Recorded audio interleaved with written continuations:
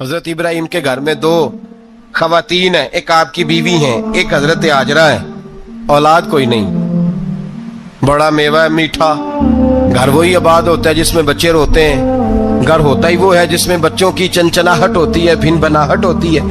حضرت ابراہیم نے ایک بچہ روتے ہوئے دیکھا تو آنکھوں میں آنسو آئے، کہنے لگے ربی حب لی من الصالحین، یا اللہ مجھے بھی نیک اولاد عطا کر دے۔ حضرت سارہ نے سن لیا، کہنے لگی ابراہیم شاید میرے بطن سے تو آپ کو نصیب نہیں، ہاجرہ سے نکاح کر لو۔ جناب ہاجرہ سے نکاح ہوا۔ اللہ تو بڑا بے نیاز ہے، رب کریم نے حضرت اسماعیل جیسا خوبصورت بیٹا عطا فرمایا۔ بیٹا کالا سیاہ بھی ہو تو سینے کی ٹھنڈک ہوتا ہے، پر یہ تو وہ بیٹا ہے جس کی پیشانی میں نور محمدی چمکتا ہے صلی اللہ علیہ وسلم۔ حضرت سیدنا اسماعیل علیہ اتنے خوبصورت، اب جس بیوی کے ہاں بیٹا تھا بیٹھنا اٹھنا بھی زیادہ اس کے پاس، آنا جانا بھی اس کے پاس، توجہ ادھر ہو گئی۔ جناب سارہ رشک کرنے لگی، ایک دن کہنے لگی اسے چھوڑ آ جنگل میں، وادی غیر ذی زرع مکے کے پاس۔ بھائی ایک بیٹا عالم دین بنا لو، کہنے لگا روٹی کہاں سے کھائے گا؟ تیرے 5 بیٹے ہیں، کو حافظ قرآن بنا، کہتے روٹی کہاں سے کھائے گا؟ وہ بچہ بھی کہتا ہے میں کہاں سے کھاؤں گا؟ حضرت ابراہیم علیہ السلام تو چند مہینے کا بچہ چھوڑ آئے، تو کہاں سے روٹی کھائی حضرت اسماعیل نے؟ کہاں سے کھائی ان کی اماں نے روٹی؟ بھوکے مر جاتے ہیں یہ سارے۔ میں بڑی ذمہ داری سے کہا کرتا ہوں کہ جتنی خوبصورت روٹی اللہ کریم دین کے خادموں کو عطا کرتا ہے شاید کسی اور کے نصیب ہوتی ہو، لیکن ہم لوگ توجہ ہی نہیں کر رہے، ہمارا ذوق ہی نہیں بن رہا، ہم یہ محنت ہی نہیں کر رہے کہ قوم کو مستند علماء کی ضرورت ہے، علاقوں کے علاقے خالی ہیں، ادھر ہمارا مزاج ہی نہیں بن رہا، توجہ ہی نہیں دین کی خاطر۔ اور پھر چلے بچے تو بعد کی بات ہے نا، جو ابھی خود جوان ہے وہ بھی تو یہ دعا، ایک صاحب مجھے کہنے لگے میں دعا مانگ رہا ہوں اللہ مجھے بیٹا دے تو میں اسے دین پہ لگاؤں گا، تو میں نے کہا آپ بھی بوڑھے نہیں ہوئے، آپ خود ہی لگ جائیں، بیٹا تو ابھی آئے گا تو لگے گا نا، تو آپ تو اس وقت ہے تو آپ تو پہلے لگے نا صاحب، 2 گھنٹے تو نکال کے آئے، دین سیکھنے کو کافی ہے۔ آپ اتنی لمبی سوچ رہے ہیں کہ بچہ آئے گا تو بڑا ہوگا تو وہ جائے گا تو دیکھی جائے گی، ابھی تو آپ ہیں تو آپ تو آؤ۔ حضرت ابراہیم نے بچہ وہاں چھوڑا۔ یہاں سے جو عمرہ کرنے لوگ جاتے ہیں نا، جو حج کرنے جاتے ہیں، ان کو پتا ہے کہ وہاں دنیا کی ہر نعمت ملتی ہے، پھر بھی ڈبل ٹرپل پیسے لوگ جیبوں میں ڈال کے جاتے ہیں۔ حضرت ابراہیم جب وہاں لے کے گئے تو کوئی انسان نہیں تھا، پانی کا قطرہ نہیں تھا، 2 کلو کھجوریں، ایک مشکیزہ، بیوی کو تھمایا۔ ہمارے گھر میں ہزاروں چیزیں پڑی ہیں، لیکن وہ جو توکل ہے نا وہ ختم ہو گیا ہے۔ اللہ دے گا، حلال حلال پہ قناعت کرے، جائز جائز پہ بھروسہ کرے، رب کریم عطا کرنے والا ہے، وہ مزاج ختم ہو گیا۔ حضرت سیدنا ابراہیم علیہ السلام 2 کلو کھجوریں، ایک مشکیزہ پانی کا دے کر کے، اور وہاں بٹھایا آپ نے اپنے بچے کو اور اپنی زوجہ جناب ہاجرہ کو، اور بٹھا کر کے یہ واپس پلٹنے لگے تو حضرت ہاجرہ سلام اللہ علیہ نے آواز دی، کہا ابراہیم کس کے سہارے پہ چھوڑ کے جا رہے ہیں؟ جہاں آب زمزم کا کنواں ہے نا، جو لوگ گئے ہیں جنہوں نے صفا مروہ کی صحیح کی ہے، صفا مروہ سے باہر نکلے نا، سرکار کی ولادت کا مقام ہے، اس جگہ پہ آب زمزم کا کنواں تھا، وہاں حضرت سیدنا ہاجرہ کو بٹھایا، کوئی چیز نہیں، کوئی درخت نہیں، کوئی کھیت نہیں، کوئی پانی نہیں، کوئی کنواں نہیں، وہاں بٹھایا، اور بٹھا کر کے نکلنے لگے تو جناب ہاجرہ فرمانے لگی ابراہیم کس کے سہارے پہ چھوڑ کے جا رہے ہو؟ کہنے لگے اللہ کے سہارے پہ۔ تو پاک باز بی بی نے ایک لفظ پوچھا، کہا ابراہیم یہ میرے رب کا حکم ہے، یہ میرے، بس جن کا عقیدہ توحید مضبوط ہو ان کے لیے ایک جملہ کافی ہوتا ہے، یہ میرے اللہ کا حکم ہے۔ تو جناب ابراہیم علیہ السلام فرمانے لگے ہاجرہ ہاں رب کا حکم ہے۔ جب یہ لفظ کہے تو چاہیے تھا نا حضرت ابراہیم تسلی دیتے، تو بی بی صاحبہ تسلی دینے لگی، عرض کرنے لگی ابراہیم اگر اللہ کا حکم ہے تو پھر آپ ہماری فکر نہ کرنا، اگر یہ رب کا حکم ہے تو پھر ہماری فکر نہ کرنا، جس رب نے ہمیں یہاں تک پہنچایا ہے وہ ہمیں کبھی بھی ضائع نہیں فرمائے گا، پھر فکر نہ کرنا۔ حضرت ابراہیم آ گئے، بات آپ نے سنی ہوئی ہے، اشارہ کرنا مقصود ہے۔ 13 سال میں چلے مان بھی لیا جائے بعض روایات کی روشنی میں کہ آتے جاتے بھی رہے، لیکن مکمل دیکھ بھال اپنے بچے کی پرورش میں پورا حضرت ابراہیم علیہ السلام کا کردار सारा किरदार माँ का था। मैं जब खवातीन के बारे में कोई बात करता हूँ तो मैं आपको अक्सर कहता हूँ कि ये सिर्फ बीवी के लिए हुक्म नहीं होता, ये ट्रेनिंग बेटी को देनी है और बहन को देनी है। ये तरबियत करें अपने घर में। मैं तजर्बे की रोशनी में ये बात अर्ज किया करता हूं कि भाई, बच्चे बाप के फर्मा बरदार उस वक्त होते हैं जब अम्मा उन्हें बाप का फर्मा बरदार करती है, और बच्चे बाप के नाफरमान भी तब होते हैं जब अम्मा उन्हें बाप का। मैंने अपने कानों से सुना, एक दफा एक बच्चा अपने बाप से कह रहा है, आपने तो सारी जिंदगी बाहर गुजार दी, पैसे कमाना कौन सा मुश्किल काम है, दुख सुख तो सारे अम्मा ने बर्दाश्त किए, स्कूलों में वो जाती थी, फलाना काम वो करती थी, फलाना काम। अब ये सोच उसकी जाती तो नहीं, ये उसको दी गई है। और अगर उसको ये सोच दे दी जाए कि अम्मा कहे कि मैं तो अपनों में रही सारी जिंदगी, मैंने तो अपनों में वक्त गुजारा, और तेरा बाप तो कई दफा जनाजे भी नहीं पढ़ सका, उसने तो माँ बाप ऐसे दफन कर दिए, वो अगर ये सोच फराहम करे तो फिर बच्चा बाप का फर्मा बरदार होता है। और ये वाली रिवायतें हम बीवी को सुनाते हैं, हालांकि किसको सुनानी चाहिए? बोलिए, बहन और बेटी को। बहन और बेटी को सुनाएं ये बातें, उनको समझाएं, ताकि आगे जाके वो जो घर तरतीब दे वो घर बड़ा उम्दा और निखरा हुआ हो। हजरत सैयदना इब्राहिम 13 साल के बाद आए, चूंकि घर में अल्लाह तबारक व तआला की दोस्ती का चर्चा था, अल्लाह तबारक व तआला की महबूबियत का गलबा था। 13 साल के बाद फलम्मा बालगा माँ हुसा, या बेटा जब इतना बड़ा हुआ कि साथ चलने लगा, तो हजरत इब्राहिम ने अपने बेटे को बुला के कहा, बेटा मुझे ख्वाब आई है, मैं तुझे ज़िबा कर रहा हूँ, तेरी क्या रजा है? तो हजरत इस्माइल कहने लगे, या अबतिफ अलमा तो उमर, अब्बा जी अल्लाह जैसे हुक्म देता है मेरे साथ वैसे ही करें, जैसे अल्लाह हुक्म देता है वैसे ही, बोलिए, वैसे ही करें। हजरत हाजरा को कहा कि एक दोस्त ने दावत की है तो वहां जा रहे हैं, बीबी मुतमईन है, तफसीलात की जरूरत नहीं, खत्म बात, एतबार है, मुतमईन हो गई। शैतान पीछे से आया अम्मा के पास, जरा थोड़ी देर के लिए तसव्वुर जमाइए, यहां तो पड़ोसन आके कोई बात बता देती है खावंद के बारे में तो कई महीने झगड़ा जारी रहता है, पड़ोसन मल्लेदार। शैतान ने आके बताया, लफ्ज क्या है? कहा, हाजरा तुम्हें पता है कहां जा रहे हैं? कहा, दोस्त की दावत में। तो कहने लगे, दोस्त कौन है? रब करीम। और इब्राहिम का ख्याल है कि उस रब ने मुझे हुक्म दिया है कि मैं ज़िबा करूं। तो हजरत हाजरा कहने लगी, कभी बाप भी बेटा ज़िबा करते हैं? तो शैतान कहने लगा, उनका ख्याल है कि उनके रब ने हुक्म दिया है। तो जनाब हाजरा फरमाने लगी, अगर रब ने हुक्म दिया तो फिर तू मुझे शैतान लगता है, तू मुझे शैतान लगता है। का क्या मतलब? फरमाने लगी, अगर रब करीम का हुक्म है तो मेरे पास एक इस्माइल है, अगर 1000 भी होते मैं सारे अल्लाह के रास्ते में पेश कर दे देती। मालिक का ही तो है सारा कुछ, उसी का है, इसमें लैतुल्ला अल्लाह की क्या गुंजाइश। हजरत सैयदना इब्राहिम अलैहिस्सलाम ने बेटे के हलक पे छुरी रख भी दी और छुरी चला भी दी, रख भी दी, और वो तो अल्लाह करीम ने फरमाया, या इब्राहिम कद सदक़्ता रुया, इब्राहिम तूने ख्वाब सच्चा कर दिखाया, वो क़यामत तक तेरा नाम रहेगा। हजरत इब्राहिम ने वतन भी दिया, जान भी दी, बेटा भी। अल्लाह करीम ने दुम्बे दिए, फरमाया ये फिदिया है। अब ये कुर्बानी कयामत तक हजरत इब्राहिम के तरीके के मुताबिक जारी है। हजरत इब्राहिम बहुत बड़े मेहमान नवाज थे, बहुत बड़े। आप जब मिस्र में कयाम था तो बड़े बड़े लंबे चौड़े लंगर पकते थे, लोग आया जाया करते थे, बड़ा तफसील के साथ खाना होता था। मेहमान नवाजी आपकी खास सिफ्त मुबारका है। हमारे यहाँ भी मेहमान नवाजी होती है अमीरों की, बल्कि अब तो मेहमान नवाजी इस तरह की है कि कल तेरी मेरे पास दावत है और परसों मेरी तेरे पास है।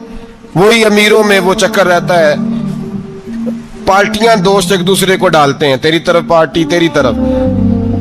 और इसी अंदाज में अब ये ईद आएगी ना, टिक्का पार्टियां होंगी जगह जगह, और लोग सवाल पूछने लगे अभी से, कहते हैं कुर्बानी का कितना गोश्त घर रखना जायज है, कुर्बानी का कितना गोश्त घर रखना जायज है? सारा ही जी, हाँ, इसलिए फ्रीजर ले ले, फ्रिज से नहीं काम चलेगा, सारा ही जहाज घर रखना सारा ही जायज है, रख ले। ओ खुदा के बंदे, कुर्बानी वो बंदा देता है जो सारा साल ही गोश्त खाता है, सही कह रहा हूं? कुर्बानी साहिब निसाब, साहिब इस्तिताअत बंदा देता है ना, तो वो सारा साल ही गोश्त, तो सारा घर में रखना भी जायज है, लेकिन सारा दे देना भी। تو جو آ رہی ہے اس پہ کیوں توجہ کرتے ہو؟ جو دوسرا جائز ہے اس پہ کیوں نہیں عمل کرتے؟ سارا تقسیم کر دیں، بات ختم ہوئی۔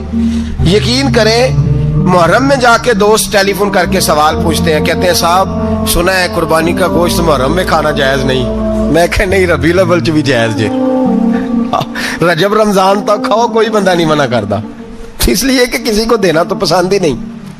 یا پھر اس میں سے جو خاص خاص چیزیں ہیں وہ اپنی فریج میں، اور باقی جو ہے وہ دوسروں کے لیے۔ یہ کیا طریقہ ہے ہمارا؟ قربانی اسلام کا ایک خوبصورت ترین عمل ہے، یہ محبوب ترین عبادت ہے اللہ تعالیٰ کی۔ قربانی اپنی فضیلت کے لحاظ سے، عظمت کے لحاظ سے، اپنی بلندیوں کے لحاظ سے دین میں بڑا مقام رکھتی ہے، لیکن ہر چیز کا رنگ روپ بدل دیا جاتا ہے نا، چونکہ قربانی چلی آ رہی تھی حضرت ابراہیم خلیل اللہ علیہ السلام سے، تو اہل عرب جو تھے مشرکین مکہ قربانی کا تعارف وہ بھی رکھتے تھے، پر وہ قربانی کی حقیقت کو، قربانی کی حکمت کو، قربانی کے حسن کو، قربانی سے پھوٹنے والی روشنی کو سمجھنے سے ناآشنا تھے۔ وہ کیا کرتے تھے کہ جب وہ کوئی قربانی کا جانور ذبح کرتے تو اس کا جو خون ہوتا وہ بیت اللہ شریف کی دیواروں کے ساتھ مل دیتے۔ قربانی کے جانور کا جو گوشت ہوتا وہ لا کے بتوں کے سامنے رکھتے کہ یہ خون کعبے کی دیوار سے خون ملنے سے اور بتوں کے آگے گوشت رکھنے سے شاید ہماری قبولیت ہو جائے گی، ہم نے جانور ذبح کیا ہے۔ کمال ہے میرے رب کریم کی کتاب کا انداز بھی۔ قرآن مجید مختصر الفاظ کے اندر، مختصر جملوں کے اندر، اجمال کے اندر اتنی بڑی تفصیل بیان کر دیتا ہے کہ انسان کے ذہن کے، دل کے، دماغ کے دریچے کھل جاتے ہیں۔ اللہ کھانے پینے سے پاک ہے، بے نیاز ہے مالک۔ رب کریم نے فرمایا لن ینال اللہ لحومها، فرمایا ہرگز نہیں پہنچتا اللہ کی بارگاہ میں تمہارا گوشت، ولا دماؤها، اور نہ ان کے خون، نہ اس جانور کا گوشت اللہ کی بارگاہ میں پہنچتا ہے، نہ خون پہنچتا ہے، تو مالک پہنچتا کیا ہے؟ ولیکن ینالہ التقوی منکم، بلکہ رب کی بارگاہ میں تو تمہارے دلوں کا تقوی پہنچتا ہے۔ تمہارے دل میں کیا ہے، تم اپنے رب کی رضا کتنی چاہتے ہو، یہ بات جاتی ہے۔ گوشت اور خون تو یہاں رہ گیا، فرمایا نہ اللہ کی بارگاہ میں خون پہنچ رہا ہے جانور کا، نہ گوشت پہنچ رہا ہے، دل کا تقوی پہنچ رہا ہے۔ معنی کیا ہے کہ جانور خریدتے وقت بھی اپنے دل سے پوچھنے نا تیرا دل کیا کہتا ہے، نیت کس سے جانور تو لے رہا ہے، تیرا ارادہ کیا ہے، اور جب تو ذبح کرے تو بھی اپنے دل پہ توجہ رکھ، تیرے دل میں اس کے لیے کیا ہے، تیرے دل کے اندر تقوی کتنا ہے، اللہ کی رضا حاصل کرنے کا جذبہ کتنا ہے۔ اور جب تو اس کا گوشت بانٹے تو پھر بھی تیری نظر آنے والے بندے پر نہیں ہونی چاہیے، جس گھر میں گوشت جا رہا ہے اس گھر پر تیری نظر نہیں ہونی چاہیے، بلکہ تیری نظر تو رب کی رضا پہ رہنی چاہیے۔ اللہ کی بارگاہ میں جو چیز جائے گی وہ دل کا تقوی جائے گا۔ اپنے دل پر محنت کی جائے، دل کی خواہشات، دل کی نیتوں کو، ارادوں کو صحیح کیا جائے۔ ایک آیت نے سارا فلسفہ بیان کر دیا کہ نہ وہاں خون جاتا ہے نہ گوشت جاتا ہے، وہاں تو تمہارے دل کا تقوی جاتا ہے، تو جس چیز نے وہاں جانا ہے اس پر زیادہ توجہ ہونی چاہیے تھی، اس کا زیادہ خیال ہونا چاہیے تھا۔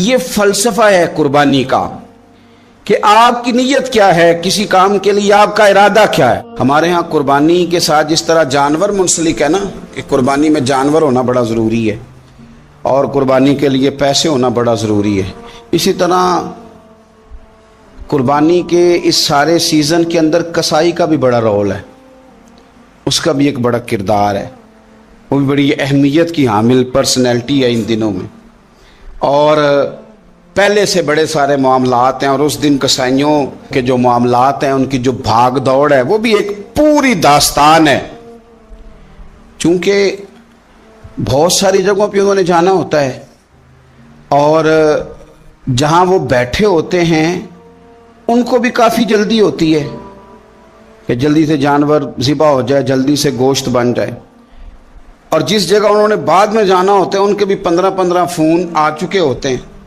تو وہ جو خاص اسلام حکم دیتا ہے اس موقع پر، اور نبی پاک علیہ الصلوۃ والسلام کی جو خاص نصیحتیں ہیں اور हुजूर ने जो ख़ास एहतियातें बताई हैं वो एहतियातें पूरी नहीं होती। देखें, आप इस फलसफे को समझें कि कुर्बानी की तारीफ ये है कि मखसूस जानवर मखसूस वक्त में अल्लाह की रज़ा के लिए ज़िबा करना है, अल्लाह की रज़ा के लिए।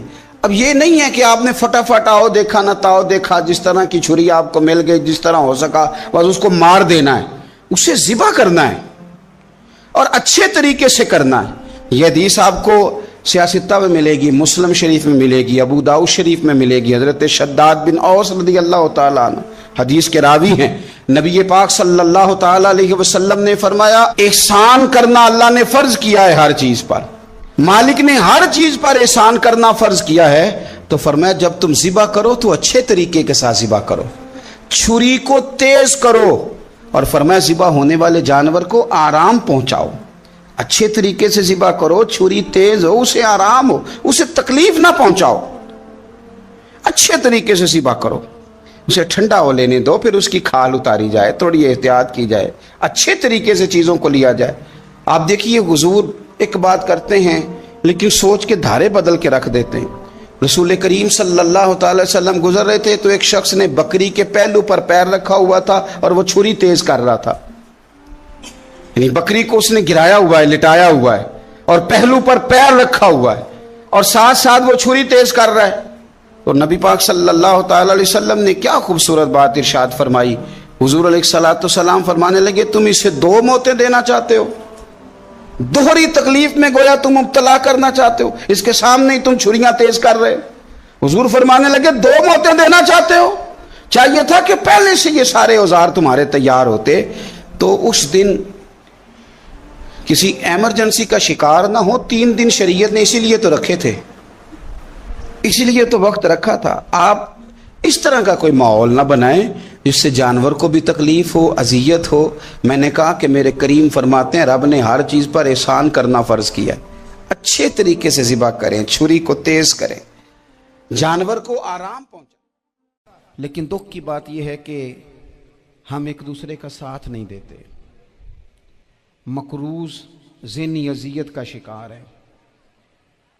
3 दिन है ना ईद के, तो एक जोड़े से भी गुजारे जा सकते हैं, एक से भी।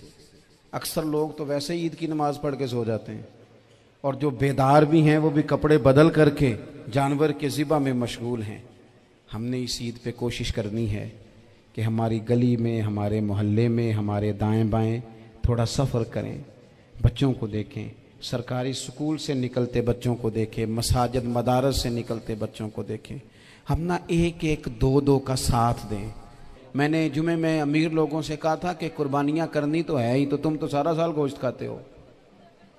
क्या आपको बताऊं कि हम उस वतन में रहते हैं जहाँ फ्रिज और फ्रीज़र बड़ी इससे पहले ज़्यादा बिकते हैं। फ्रिज नहीं ले आओ, बड़ी ले आओ, चूँकि गोश्त सेव करना है, सारा साल भी तो मिलता है ना अमीरों। मैंने तो कहा था उस गांव में ले जाओ जहाँ कुर्बानी कोई नहीं कर रहा, ज़िबा ही वहाँ जाके कर लो। थोड़ी सी गुंजाइश बनाएं अपने दिलों में। ये ज़रूरी नहीं कि सामने वाला आपका शुक्रिया भी अदा करे, अपने घरों में थोड़ा हौसला कनात लाएं। हज़रत आयशा सिद्दीक़ा रज़ी अल्लाह तआला अन्हा फरमाती हैं, ऐसा नहीं था कि हमारे घर के अंदर माल नहीं आता था, अल्लाह के फजल से बड़ा कुछ आता था, लेकिन फरमाती हम इसार कर दिया करते थे। हुजूर का मिजाज इसार कर देने का है। याद रखना, शम्मा से अगर कई शम्मे जल जाएं तो इसकी रोशनी में कभी कमी नहीं आती। हज़ारों दिए भी जल जाएं तो ये दिए मांद नहीं पड़ते।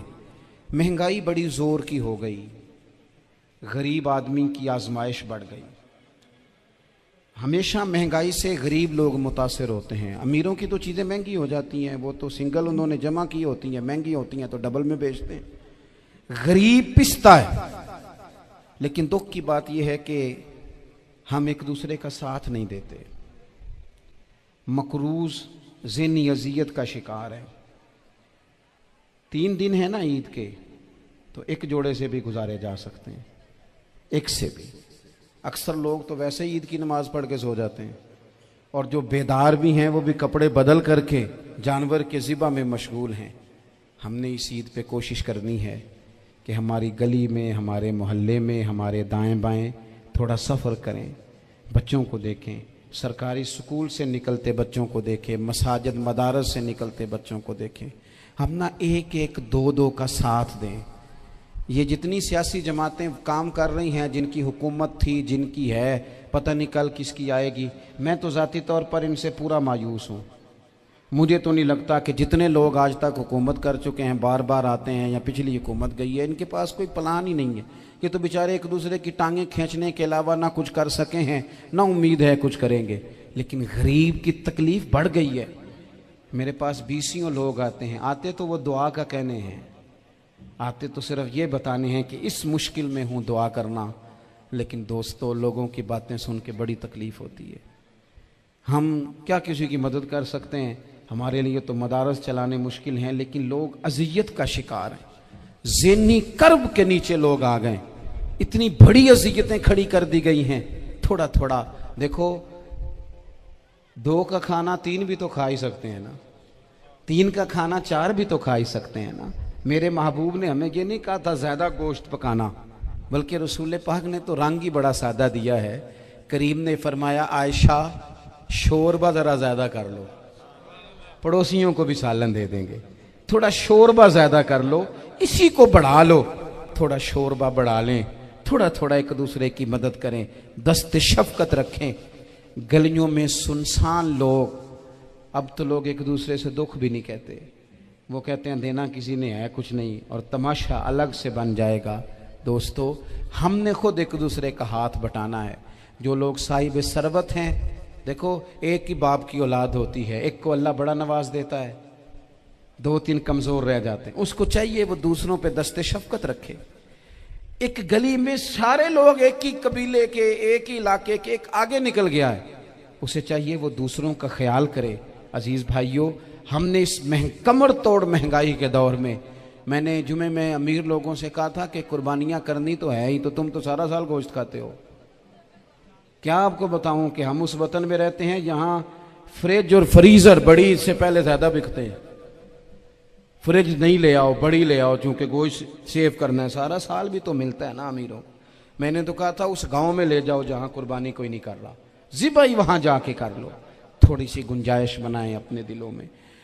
ये ज़रूरी नहीं कि सामने वाला आपका शुक्रिया भी अदा करे। हज़रत आयशा सिद्दीक़ा रज़ी अल्लाह ताला अन्हा, अम्मा जी एक कनीज़ रखी हुई थी, हज़रत उस्मान गनी ने दी थी कि आपकी खिदमत करेंगी, तो वो कनीज़ कहती है कि अम्मा जी तो मेरी भी रोटियां पका देती थी, वो तो मेरे लिए भी खाने का एहतमाम कर देती थी, लेकिन कोई दरवाजे पे अगर मांगने आता तो हज़रत आयशा सिद्दीक़ा मुझे कहती इसे खैरात दे आओ। तो मैं कहती अम्मा जी ये काम तो लोग दौड़ के करते हैं और आप ये मुझे कह रही हैं मैं कर दूं? तो हज़रत आयशा फरमाती जब कोई बंदा किसी को देता है तो वो शुक्रिया अदा करता है। मैं चाहती हूँ वो शुक्रिया भी तेरा ही अदा कर जाए, मैंने जो अजर लेना है वो रब की बारगाह से लेना है। तो मेरे भाई, अपनी ज़िंदगी में थोड़ा सा तो दिल बड़ा करें, थोड़ी थोड़ी गुंजाइश पैदा करें। और ये ज़रूरी नहीं कि उस बंदे का आपसे बड़ा अच्छा सलूक ही हो, ना भी हो उस गरीब का सलूक अच्छा, तो बाज़-औक़ात बंदा गरीबी में तल्ख भी तो हो ही जाता है ना। बाज़-औक़ात इंसान पे गुर्बत ज़्यादा आ जाए तो उसकी तबीयत भी तो, बीमार आदमी सख्त भी तो हो जाता है। तो मेरी आपसे ये गुजारिश है कि ये जो दिन चल रहे हैं वो हमारे यहाँ हमारे हुक्मरान कहते हैं मज़ीद सख्त फ़ैसले करने पड़ेंगे। वो मैंने कहा तुम्हारे लिए तो आसान है, इसलिए कि तुम तो जिस दफ्तर में बैठ के फ़ैसला करते हो उसकी तो बत्ती कोई नहीं जाती, तुम्हें क्या पता हो, वहाँ तो एसी भी 1 मिनट के लिए बंद नहीं होता। ये तो उससे पूछो बाप से कि जो ईद से पहले अपनी बीवी से मशवरा कर रहा है कि ईद आ गई है, अगर बेटी के घर कपड़े ना भेजे तो उसकी सास बातें करेगी। ये छोटी ईद गुजरी थी ना, तो हमारे यहाँ कुछ लोग समझते हैं कि सखावत सिर्फ रमज़ान में ही करनी है, और रमज़ान में सवाब ज़्यादा है, वरना राशन वंडन वाले और लोग को ईदों बाद भी भूख लग दीजिए, ईद के बाद भी उसी तरह ही गरीब के साथ पेट होता है, लेकिन तवज्जो नहीं।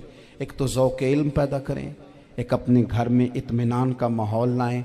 तीसरी गुजारिश ये है कि महंगाई और सख्ती के इस दौर में अपने मुसलमान भाइयों का, अजीज़ों का, अहले मोहल्ला का हाथ बटाएं, प्यार करें। तो मेरे अजीज़, अगर लोगों को मसाइल का पता चले तो सैकड़ों घर बच जाएं तबाह होने से, बड़े बड़े घर बच जाएं, लेकिन मसाइल नहीं आते। मेरे पास مسئلہ پوچھنے کے لیے کچھ لوگ آ گئے تو 4-5 سال کا بچہ بھی تھا جس کے والد نے غصے میں اپنی بیوی کو 3 طلاقیں دی تھی. تو چھوٹا سا بچہ، کپڑے بھی پھٹے پرانے، اور حالت بتا رہی تھی کہ غریبی ہے.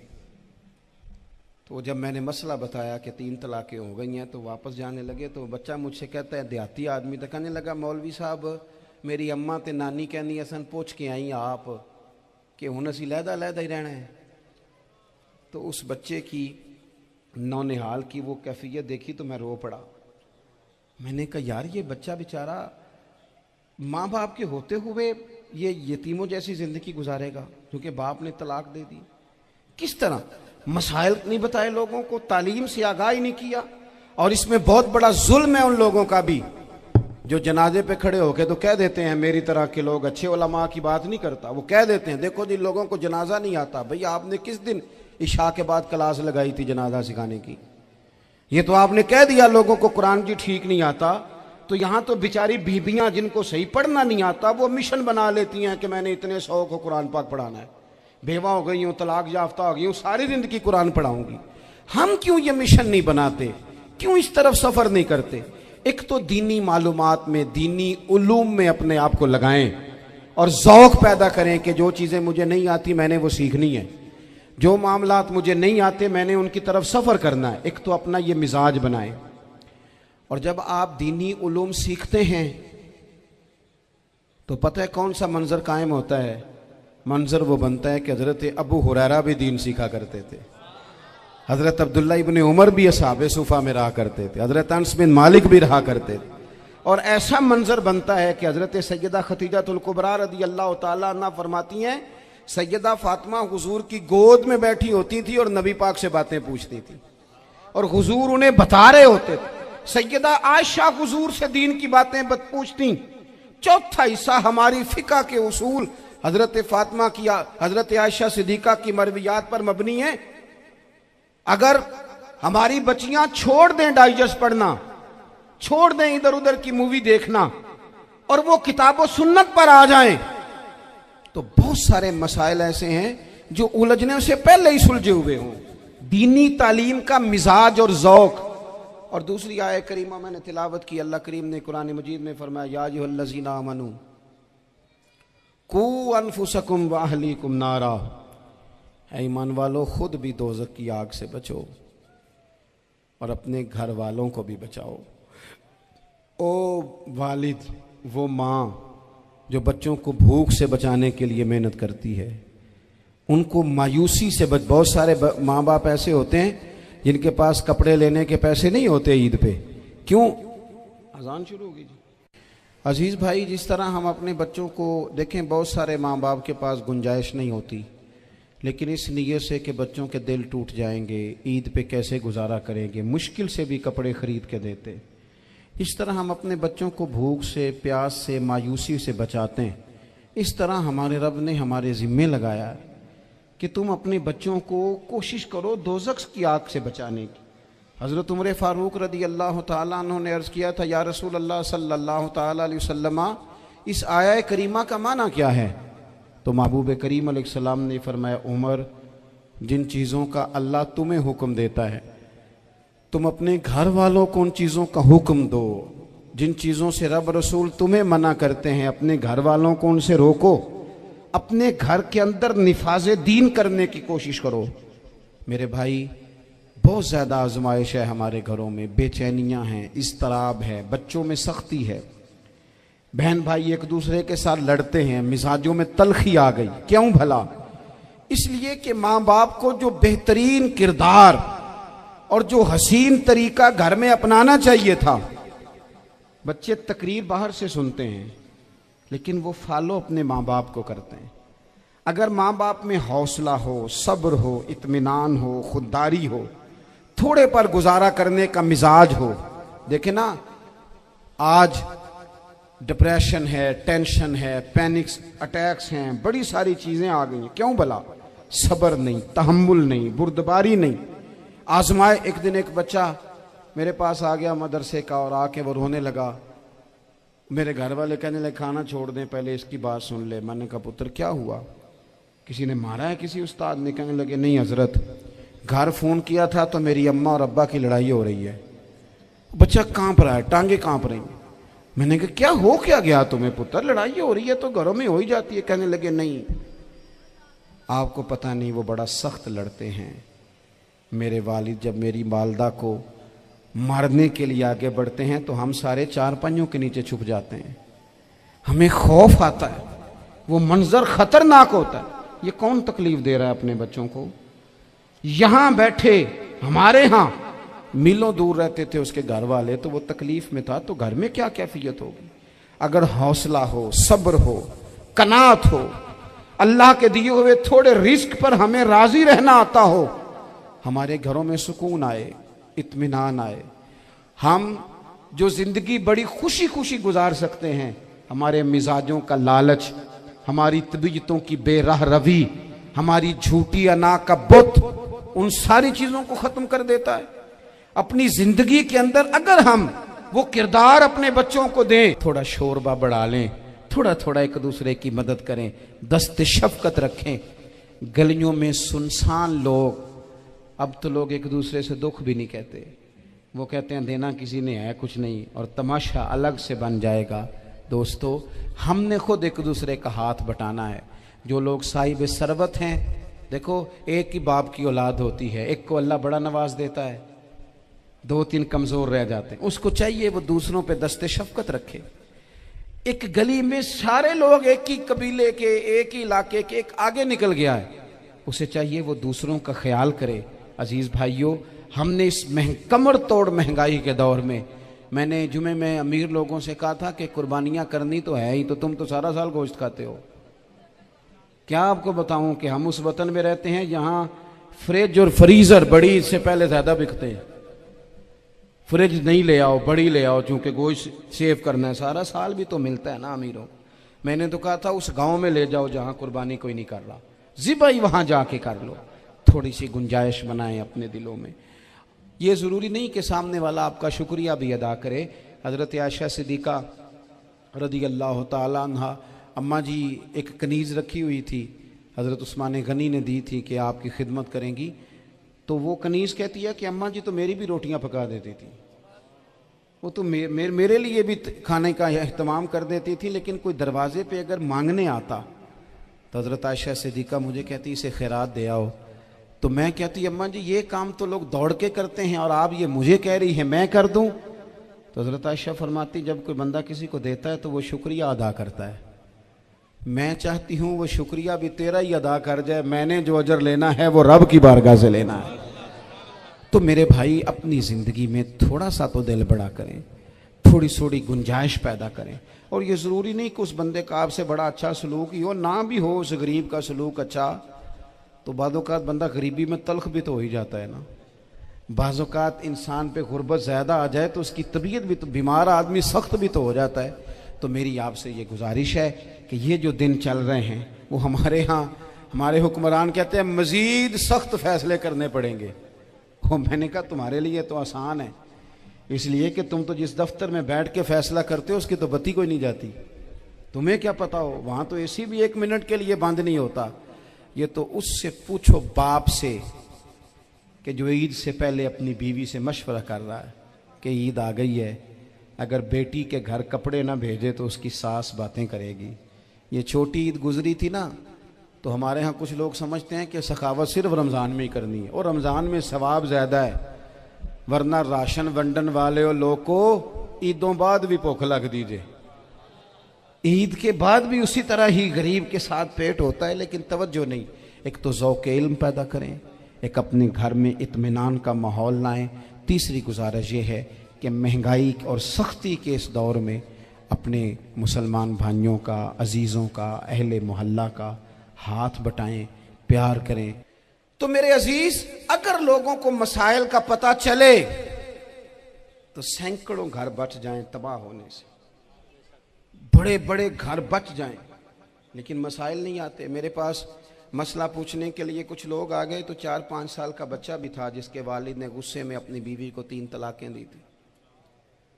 तो छोटा सा बच्चा, कपड़े भी फटे पुराने, और हालत बता रही थी कि गरीबी है। تو جب میں نے مسئلہ بتایا کہ 3 طلاقیں ہو گئی ہیں تو واپس جانے لگے، تو بچہ مجھ سے کہتا ہے، دیہاتی آدمی تو کہنے لگا مولوی صاحب میری اماں تے نانی کہنی اسن پوچھ کے آئی آپ کہ ہن اسی لہدا لہدا ہی رہنا ہے۔ تو اس بچے کی نونہال کی وہ کیفیت دیکھی تو میں رو پڑا۔ میں نے کہا یار یہ بچہ بیچارہ ماں باپ کے ہوتے ہوئے یہ یتیموں جیسی زندگی گزارے گا کیونکہ باپ نے طلاق دے دی۔ کس طرح مسائل نہیں بتائے لوگوں کو، تعلیم سے آگاہی نہیں کیا۔ اور اس میں بہت بڑا ظلم ہے ان لوگوں کا بھی جو جنازے پہ کھڑے ہو کے تو کہہ دیتے ہیں، میری طرح کے لوگ اچھے علماء کی بات نہیں کرتا، وہ کہہ دیتے ہیں دیکھو جن لوگوں کو جنازہ نہیں آتا، بھئی آپ نے کس دن عشاء کے بعد کلاس لگائی تھی جنازہ سکھانے کی؟ یہ تو آپ نے کہہ دیا لوگوں کو قرآن جی ٹھیک نہیں آتا، تو یہاں تو بیچاری بیویاں جن کو صحیح پڑھنا نہیں آتا وہ مشن بنا لیتی ہیں کہ میں نے اتنے 100 کو قرآن پاک پڑھانا ہے، بیوہ ہو گئی ہوں، طلاق یافتہ ہو گئی ہوں، ساری زندگی قرآن پڑھاؤں گی۔ ہم کیوں یہ مشن نہیں بناتے؟ کیوں اس طرف سفر نہیں کرتے؟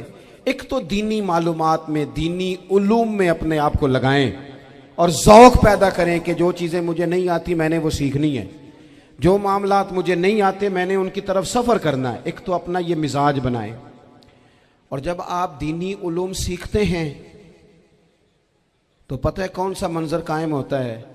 منظر وہ بنتا ہے کہ حضرت ابو ہریرہ بھی دین سیکھا کرتے تھے، حضرت عبداللہ ابن عمر بھی اصحاب صفہ میں رہا کرتے تھے، حضرت انس بن مالک بھی رہا کرتے تھے، اور ایسا منظر بنتا ہے کہ حضرت سیدہ خدیجہ الکبریٰ رضی اللہ تعالیٰ عنہ فرماتی ہیں سیدہ فاطمہ حضور کی گود میں بیٹھی ہوتی تھی اور نبی پاک سے باتیں پوچھتی تھی اور حضور انہیں بتا رہے ہوتے تھے۔ سیدہ عائشہ حضور سے دین کی باتیں پوچھتی۔ چوتھا حصہ ہماری فقہ کے اصول حضرت فاطمہ کی، حضرت عائشہ صدیقہ کی مرویات پر مبنی ہیں۔ اگر ہماری بچیاں چھوڑ دیں ڈائجسٹ پڑھنا، چھوڑ دیں ادھر ادھر کی مووی دیکھنا اور وہ کتاب و سنت پر آ جائیں تو بہت سارے مسائل ایسے ہیں جو الجھنے سے پہلے ہی سلجھے ہوئے ہوں۔ دینی تعلیم کا مزاج اور ذوق۔ اور دوسری آیت کریمہ میں نے تلاوت کی، اللہ کریم نے قرآن مجید میں فرمایا یا ایھا الذین آمنوا قوا انفسکم واہلیکم نارا، اے ایمان والو خود بھی دوزخ کی آگ سے بچو اور اپنے گھر والوں کو بھی بچاؤ۔ او والد، وہ ماں جو بچوں کو بھوک سے بچانے کے لیے محنت کرتی ہے، ان کو مایوسی سے بہت سارے ماں باپ ایسے ہوتے ہیں جن کے پاس کپڑے لینے کے پیسے نہیں ہوتے عید پہ۔